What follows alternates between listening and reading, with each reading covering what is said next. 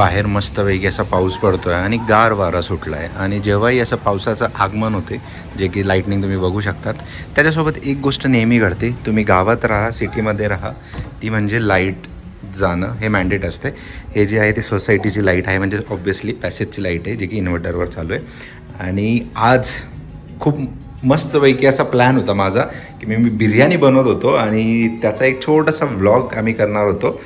But म्हणजे पूर्ण बिर्याणी इकडे चिकन आता शिजलेलं आहे, राईस बनवून झालेलं आहे, आता फक्त त्याला मिक्स करून त्याला दम द्यायचा आहे.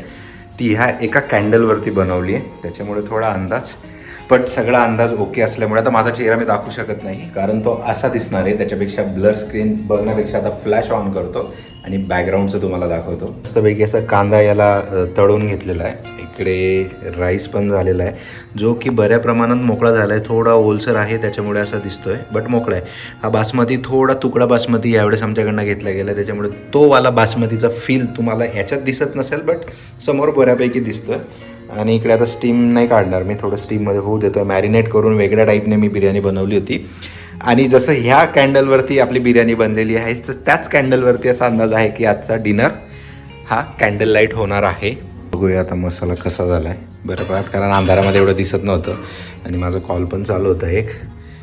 तर अशा प्रमाणात हा मसाला आता स्टीममुळे दिसत नाही आहे. थोडं याला मी साईडला ठेवतो आणि स्टीम निघाली ना की मग मसाल्याचा कलर एकदम रेडिश कलरचा मसाला झाला आहे, तरी फ्लॅशमध्ये दिसत नाही आहे. आणि आता हा राईस याच्यावरती टाकूया, ज्याला की मला अर्चूची थोडी मदत लागणार आहे.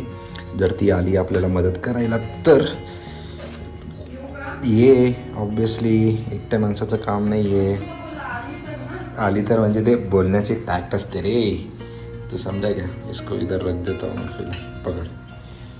तू पकडलं तरी चालेल भाई, तू कॅमेरा हँडल करलो बस. तर त्याला मोकळा करून देतो.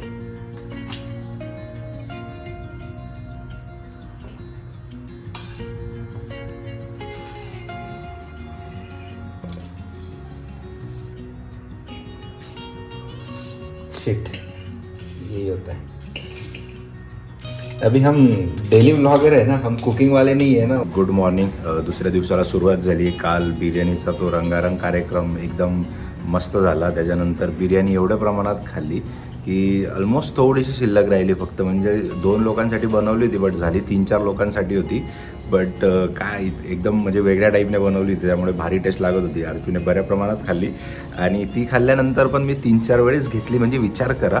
आणि काल झोप खूप चांगली झाली माझी, म्हणजे लिटरली खूप चांगली झाली. त्याचं रिझन एक महत्त्वाचं की बिर्याणी फुल खाल्ली ते नाही, पण त्याच्यापेक्षाही एक वेगळं रिझन आहे, जे की मी आता चहा पिताना सांगतो तुम्हाला. कारण त्या रिझनसाठी एक पर्टिक्युलर व्यक्ती जबाबदार आहे आणि तो त्या फ्रेममध्ये असणं गरजेचं आहे. तुमच्यामध्ये ना एक टास्क सुरू झालेला आहे. अर्जुची कंप्लेंट असायची माझ्याबद्दल की माझा मोबाईलचा वापर खूप वाढला आहे, म्हणजे प्रमाणापेक्षा जास्त वाढला आहे. माझा स्क्रीन टाईम ऑलमोस्ट चेक करते तेवढं 14, 14.5, 15 तासचा येतो आहे, असं तिचं म्हणणं होतं. की त्याच्यामुळे एक गोष्ट नक्की होते की माझं बाकी कामांमध्ये दुर्लक्ष असतं. म्हणजे मी मोबाईल खेळता ही गोष्ट विसरून जाईल, ती गोष्ट खेळता म्हणजे मोबाईल बघता ही गोष्ट विसरून जाईल, ती गोष्ट विसरून जाईल.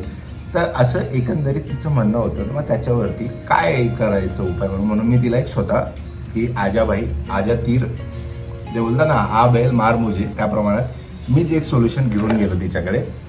की म्हटलं, जर तुला वाटतंय माझ्या मोबाईलच्या वापरामुळे माझ्या जर चुका वाढले, तर तुला एक हे देतो मी की दिवसातून जर माझ्याकडनं 3 चुका झाल्या, 3 माप आहे, 4थी झाली तर त्याच्यावर एक शिक्षा.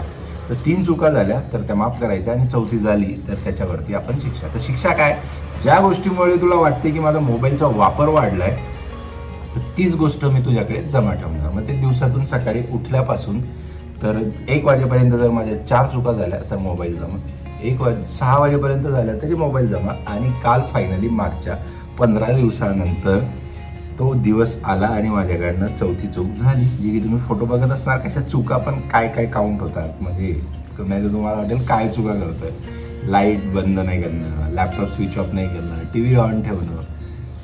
तर फायनली काल तो दिवस आला, ही चूक झाली आणि मोबाईल माझा 11 वाजेला रात्री जमा झाला. आणि 11 वाजेला जमा झाल्यावर म्हणजे काय, बेड टाईम आपला 11लाच जातो, बट तो मोबाईल स्क्रोल करण्यामध्ये आपले 1-1.5 वाजतात आणि तिथून खरी आपली झोपेचं जे असतं ना मेन, तो टाईम निघून जातो. आणि तेच झालं, काल मोबाईल जमा झाला आणि काय करणार, मग टाईमपास करत 11:30पर्यंत असं झोपून गेलो, त्याच्यामुळे झोप चांगली झाली काल. थँक्यू.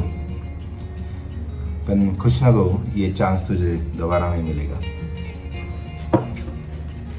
पण ज्याचं जे चांगलं झालं ते नाही स्वतःहून नाही करू शकत. मी नाही कसंच माहिती का, ते आधी काय होतं माहिती का, थोडं एक 10 वर्षापूर्वीची 10 का एक 8 वर्षापूर्वीचं जातो मी. आधी काय होतं ना, ते शहाण्याला शब्दांचा मार आणि लहानाला छडीचा मार. बट आता ते उलटं झालंय. लहाने जे असतात ते शब्दांमध्ये ऐकून घेतात, बट आता शहाण्यांना छडीचा मार, तर तो मार अशा प्रकारात. मी तुला काय म्हणते, जर तुला कळलं की तू लवकर झोपला, तुझा फायदा झाला, तर मग तू चुकांचाच वेट म्हणजे मोबाईल जमा व्हायचंच कशाला वेट करतो. सवय तू डेली फॉलो कर ना. सवय आता करेल, म्हणजे डेली मी 4 चुका करेल आता. देख तू बात को समझ. हमने ठेका लिया है, हम सुधरेंगे नहीं. काल रात्री पाऊस पडला, त्याच्यामुळे हे उडालेला चिखल आता साफ कोण करेल? ज्याची गाडी तो. घ्या चावी. असेच टोमणे मला दिले गेलेलं आहे, त्याच्यामुळे ही परतफेड आहे असं समजायचं. शिकली डिक्की ओपन करायला, शिकली पोरगी. ती गाडीवर धूळ बघ किती आहे. ॲक्च्युली तिची सर्व्हिसिंगला आली आहे, सेकंड सर्व्हिसिंग करायची आहे.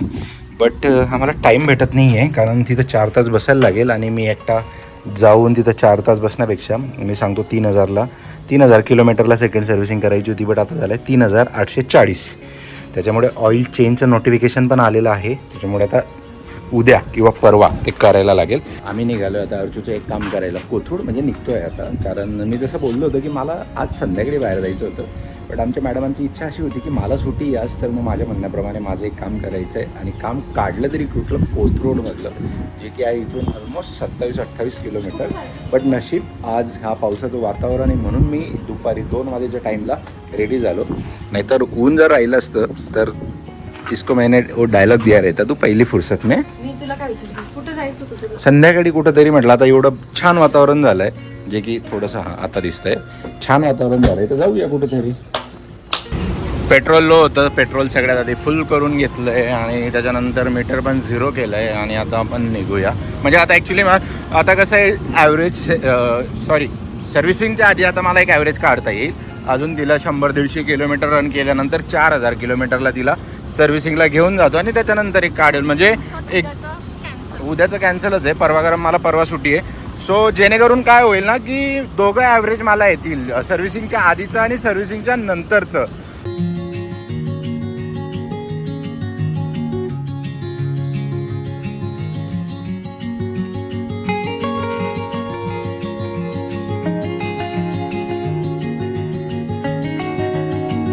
आम्हाला वाटलं कोथरूडचा टर्न चुकला आमचा, बट नाही, लकीली आहे इकडे. हीच आहे चांदणी चौकाच्या ब्रिजची मजा. सगळे एवढे नागवून नाही ना, कोथरूड आहे ना ऐसा काय. आणि मग तो रस्ता कुठं चालला पुढे, क्या गुंडा बनेगा तू, कोथरूड में आहे तू. हीच आहे चांदणी चौकाच्या ब्रिजची मजा. याच्यासाठीच बनवलाय तुम्हाला तो नागमोडी, झिगझॅग कटणार सुद्धा नाही कुठं कोण कसं चाललंय. आला का रस्ता बरोबर? आली का तू कोथरूडमध्ये? एक्झॅक्टली आम्ही वनाज मेट्रो स्टेशनच्या इथं आलो आहे. आणि किती म्हणा, एक सिटीमध्ये आल्याची वाईब वेगळीच असते. म्हणजे जे पुणे बोलतो ना आपण, ते इकडे आल्यावरच असं थोडंसं फील येतो. आता PCMC कसं जरा नवीन बनतं आहे, नवीन डेव्हलप होते आहे, जागा खूप आहे इकडे. कसं एकदम पॅक सॉलिड एकदम, आणि थोडं रिलेट पण होतो हा एरिया. कारण जेव्हा कॉलेजमध्ये असायचो तेव्हा खूप आलो होतो या एरियामध्ये. दिना इकडेच राहायचा आणि मी नाशिककडून दिनाकडे यायचो आणि मग आम्ही फिरायला जायचो. इथं माझा स्टे असायचा 10-12 दिवस. मी प्रत्येक महिन्याचे किंवा 2 महिन्यातून यायचो. त्याच्यामुळे कोथरूड मी बऱ्यापैकी ओळखून आहे. आणि मेन जी चांदणी चौकात जिथं आपण बोलत होतो ना रस्ता, तिथून एकदा गाडी न्यूट्रलला टाकली. आधी जुना ब्रिज होता ना, तिथं एकदम उतार होती, तिथून एकदम न्यूट्रलला गाडी टाकली थोडी रेस मारून, तर डायरेक्ट इकडे रोहन कॉर्नर म्हणून पुढे एरिया आहे वनाज मेट्रो स्टेशनच्या अजून थोडं पुढे. तिथपर्यंत गाडी न ब्रेक मारता न चालू करता डायरेक्ट यायची. सांभाळ, जाशील खाली. कापे आहे. ते गेट बंद आहे ना, गेट बंद आहे ना. एवढी लिफ्ट आहे, बट ही स्टेअर चढवते. आणि हे जेव्हाही पुणे सिटीमध्ये घेऊन येते ना, तेव्हा मला स्टेअर्सच चढवते. मागच्या वेळेस पण 2-3 वेळेस बघितलं असेल आम्ही आलो होतो तेव्हा स्टेअर्सच चढायला होते. एवढी लिफ्ट आहे सेकंड फ्लोअरला. हां ठीक आहे, चल काम झालं. मला वाटलं होतं 20-25 मिनटाचं काम आहे, बट 1.5-2 तासाचं काम होतं. आता निघतो. बट बघायला गेलं तर ऊन आलं आहे. हे फक्त आता जास्त चटका मारणारं ऊन नको. क्लायमेट अजूनही चिल आहे. हवा गायब झाली, जी हवा मागाशी होती ती. आता हायवेला फक्त चटका नको बघाय भेटायला. आम्ही आलो आता इराणी चायला. हायवेला जातानाच म्हटलं चल आज बाहेर पडली तर चहा बाहेरच घेऊया. आणि खूप दिवस झाले बाहेरचं काही खाल्लं नव्हतं, त्याच्यामुळे आज नॉर्मली तिकडनं आल्यानंतर पण जसं चिकनने काल बिर्याणी बनवली होती, तर ते पण तीच क्रेविंग झाली होती की 10-12 दिवसापासून चिकनच नव्हतं खाल्लं. नाही तर असं टाईम यायचा की 10-12 दिवस कंटिन्यू चिकन खायचो, बट व्हेज कधी खायचो नाही. बट आता टाईम कसा चेंज होतो आहे, म्हणजे प्रत्येक गोष्ट चेंज होते. फक्त जसं तुमचं एज वाढत जातं ना, सगळ्या गोष्टी तुमच्या रिव्हर्स होतात. ज्या गोष्टींना तुम्ही नाही बोलतात त्या गोष्टींना तुम्हाला ॲक्सेप्ट करायला लागतं. हे तुम्हाला हळूहळू जसं वय वाढत जातं तसं करतं. आणि आता जी मी गोष्ट बोलली त्याचा रेफरन्स बऱ्याचशा लोकांना कळणार नाही, बट पुढे मी कधीतरी एकदा या गोष्टीचा रेफरन्स नक्की सांगेल की जसं जसं एज वाढतं तसं तसं आपण ज्या गोष्टी नाही करत, आपली इच्छा नसते त्या करायला लागतात. हे फक्त मी रिस्पॉन्सिबिलिटीबद्दल नाही बोलत आहे, खूप दुसऱ्या गोष्टी आहे त्या मी नक्की एखाद्या व्हिडिओमध्ये बोलतो. आता सांग कोणत्या गोष्टी. लगेच अर्चू लगेच तिकडनं विचारते की मला सांग अशा कुठल्या गोष्टी की ज्या तू नंतर बोलणार आहे. ऐसा नहीं है भाई, आता सांग. किसी के लिए वो क्या बोलते हैं ना, सब्सक्रिप्शन नहीं है मेरा. जो सब्सक्राइब करेगा उसके लिए मैं बताएगा. सबके लिए सेम जाएगा वो चीज़. सगळ्यांसाठी जेव्हा कधी मी ती गोष्ट सांगेल सगळ्यांना एकत्र करेल, त्याच्यामध्ये तू पण इन्क्लूड आहे. इराणी चहानंतर आम्ही आलो आहे रिलायन्सला, जे की इराणी चहाच्या बाजूलाच आहे. आणि इथं थोडं पूजेचं सामान घ्यायचं होतं, जो डीमार्टला भेटत नाही आणि रिलायन्समध्ये भेटतो. नोटबुक्स वगैरे बघतायत आणि सोबतच थोडे पेन वगैरे, कारण तिला खूप सारी अशी प्लॅनिंग करून ठेवायची आहे. त्याच्यामुळे या सेक्शनमध्ये आम्ही गेलेलो आहे. किती एकमध्ये होऊन जाईल ना प्लॅनिंग? किती 1 वर्षाची होईल की 3-4 वर्षाची होईल?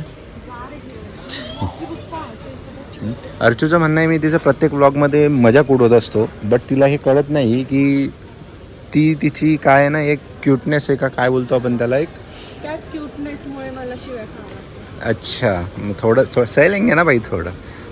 पब्लिक का कमेंट नहीं सुना क्या तूने, वो चुलबुली अर्चू चाहिए, ऐसे गुस्सा करने वाली नहीं.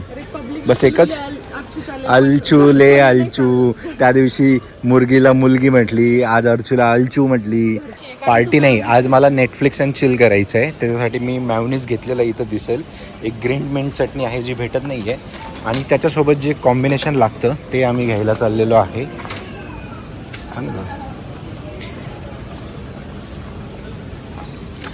कापे गे ते म्हणजे डॉरिटॉस. तर तुम्हाला सांगेल मी पुढे ब्लॉगमध्ये, ज्याची हवा निघाली ना ते नको घेऊ. इत्तुस फिर उतना ही रहेगा. नाही परवडत. अरे क्या रे, इतना IT में जॉब करते और इत्तुसा करती है. इतना नहीं मिलता, इतना ही मिलता. अरे हाँ, तो TCS में है ना. ये तो खतरनाक वाला रोस्ट हो गया भाई.